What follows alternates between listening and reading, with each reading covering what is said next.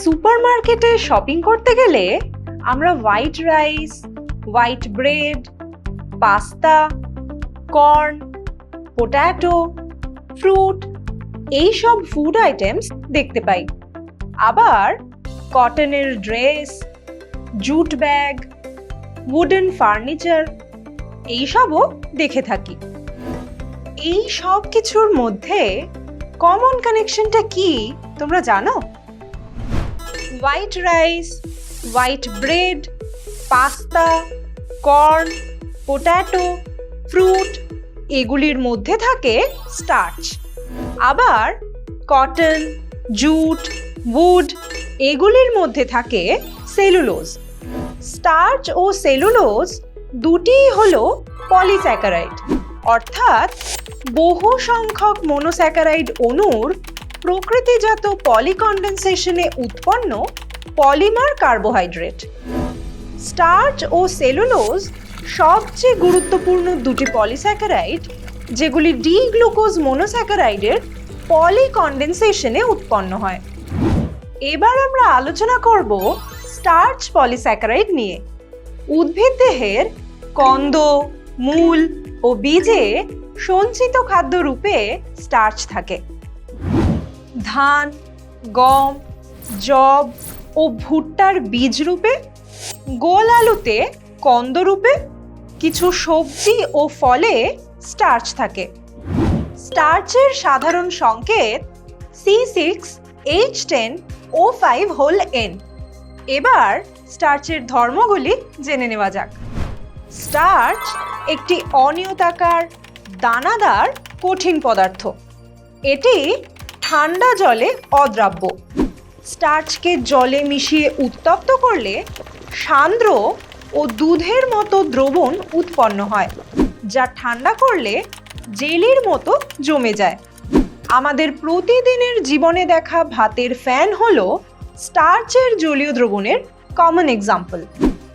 স্টার্চকে লঘু অ্যাসিড বা এনজাইম দ্বারা আর্দ্র বিশ্লেষিত করলে প্রথমে মল্টোজ ও পরে ডি গ্লুকোজ উৎপন্ন হয়।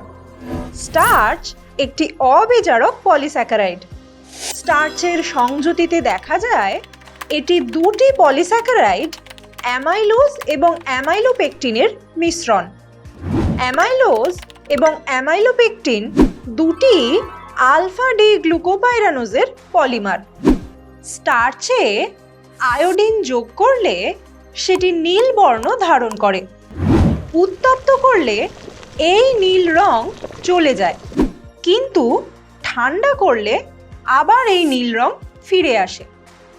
স্টার্চে উপস্থিত অ্যামাইলোজ আয়োডিনের সঙ্গে ইনক্লুশন কমপ্লেক্স তৈরি করে বলে এই রকম ঘটে।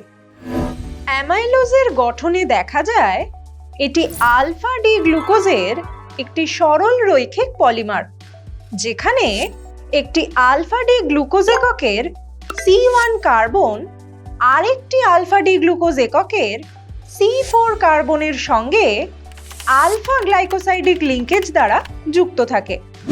অন্যদিকে অ্যামাইলোপেকটিন একটি অত্যন্ত বেশি শৃঙ্খলযুক্ত পলিমার, যা অনেকগুলি ছোট ছোট শৃঙ্খল দ্বারা গঠিত।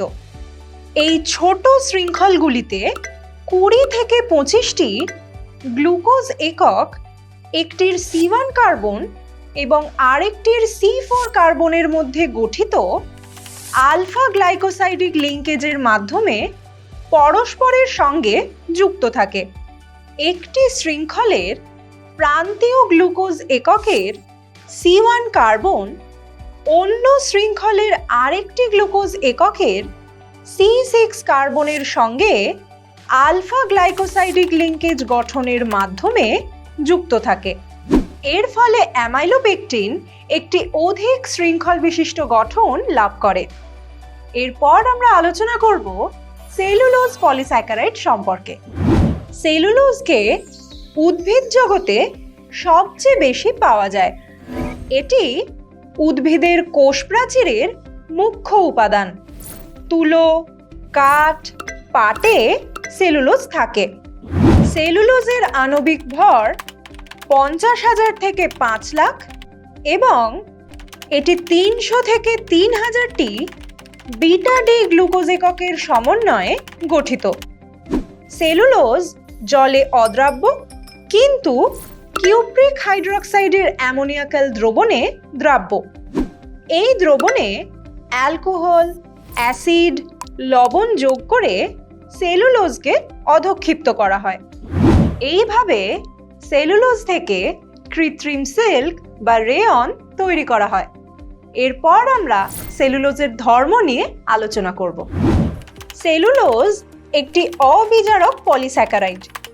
সেলুলোজকে চাপের প্রভাবে লঘু H2SO4 সহযোগে উত্তপ্ত করলে এটির আর্দ্র বিশ্লেষণ ঘটে ডি গ্লুকোজ উৎপন্ন হয়।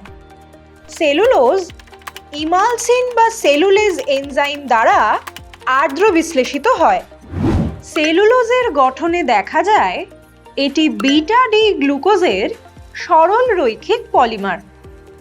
একটি গ্লুকোজ এককের C1 কার্বন আরেকটি গ্লুকোজ এককের C4 কার্বনের সঙ্গে বিটা গ্লাইকোসাইডিক লিঙ্কেজের মাধ্যমে যুক্ত হয়ে শৃঙ্খল গঠন করে। একটি শৃঙ্খলের CH2OH এর সঙ্গে আরেকটি শৃঙ্খলের দ্বিতীয় কার্বনের OH গ্রুপ হাইড্রোজেন বন্ধনের মাধ্যমে যুক্ত হয়। এই প্রসঙ্গে তোমাদের জানিয়ে রাখি, গরু, ছাগল, হরিণ প্রভৃতি তৃণভোজী প্রাণীর পাকস্থলীতে সেলুলোজকে আর্দ্র বিশ্লেষণকারী সেলুলেজ এনজাইমটি এক প্রকার ব্যাকটেরিয়া দ্বারা উৎপন্ন হয়, কিন্তু মানুষের পাকস্থলীতে সেলুলেজ এনজাইমটি উৎপন্ন হয় না। তাই তৃণভোজী প্রাণীরা ঘাস, লতাপাতা খাদ্য হিসেবে গ্রহণ করতে পারলেও মানুষ পারে না। স্টার্চ, সেলুলোজের মতো পলিস্যাকারাইড সম্পর্কে তো আমরা জানলাম। এবার দেখা যাক জীবজগতে কার্বোহাইড্রেটের গুরুত্ব কতখানি। সজীবতন্ত্রে অর্থাৎ উদ্ভিদ ও প্রাণীদেহে সজীব বস্তুর কার্যকলাপের জন্য প্রয়োজনীয় শক্তির যোগান দেয় কার্বোহাইড্রেট, অর্থাৎ এটি জৈব জ্বালানি হিসেবে কাজ করে। উদ্ভিদ দেহে পলিস্যাকারাইড স্টার্চ সঞ্চিত খাদ্য হিসেবে কাজ করে। একইভাবে পশুদের যকৃৎ ও পেশিতে পলিস্যাকারাইড গ্লাইকোজেন খাদ্যরূপে সঞ্চিত থাকে। ডি রাইবোজ এবং 2-ডিঅক্সিরাইবোজ এই দুটি অ্যালডোপেন্টোজ হল ডিএনএ আরএনএর আবশ্যিক উপাদান। ডিএনএ আরএনএ প্রয়োজনীয় বংশ সংকেত বহন করে ও প্রোটিন সংশ্লেষণে অংশগ্রহণ করে। এছাড়া মনোস্যাকারাইড রাইবোজ অ্যাডিনোসিন ট্রাইফসফেট বা এটিপির আবশ্যিক উপাদান, যা কোষের বিভিন্ন কার্যকলাপে ব্যবহৃত হয়। ব্যাকটেরিয়া এবং উদ্ভিদের কোষ প্রাচীরের মুখ্য গঠনগত উপাদান সেলুলোজ। সেলুলোজকে তুলো হিসেবে বস্ত্র তৈরিতে এবং কাঠ হিসেবে আসবাবপত্র তৈরিতে ব্যবহার করা হয়। বস্ত্রশিল্পে, কাগজ শিল্পে কাঁচা মাল হিসেবে বিভিন্ন কার্বোহাইড্রেট ব্যবহার করা হয়। তাহলে বুঝতেই পারছো জীবজগতের জীবন ধারণের জন্য এবং দৈনন্দিন জীবনের নানা ক্ষেত্রে কার্বোহাইড্রেট কতটা গুরুত্বপূর্ণ।